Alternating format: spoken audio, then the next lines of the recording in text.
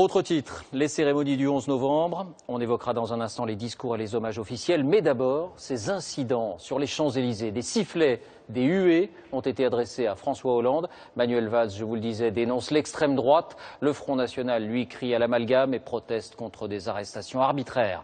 Guillaume Daret, Benjamin Poulain. La cérémonie sous l'Arc de Triomphe terminée, François Hollande prend la direction de l'Élysée. En haut des Champs-Élysées, il est hué par plusieurs dizaines de personnes.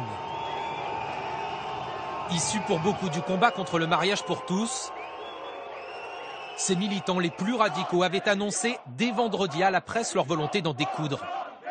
Certains portent un bonnet rouge en soutien à la mobilisation bretonne. Une opération coup de poing qui provoque même des altercations parmi les spectateurs. Vous salissez la mémoire des soldats. On commémore la Grande Guerre. Pourquoi vous mélangez? Ce n'est pas le jour. Quand on est républicain,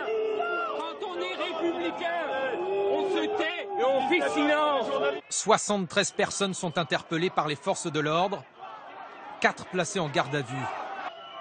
Moins d'une heure plus tard, Manuel Valls dénonce, je cite, des manifestations liées à l'extrême droite. Inacceptable, insupportable.